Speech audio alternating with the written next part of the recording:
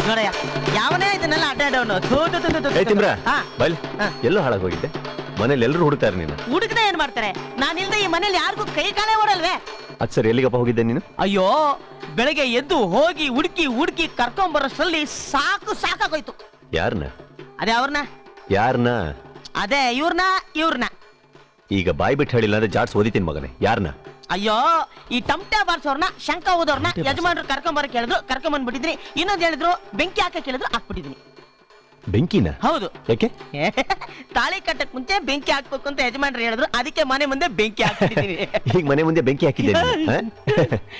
ತಾಳಿ ಕಟ್ಟಕ್ಕಿನ ಮುಂಚೆ ಹಾಕೋ ಬೆಂಕಿಗೆ ಹೋಮ ಅಂತಾರೆ ಬಾರ್ಸೋದು ಟಮಟೆ ಅಲ್ಲ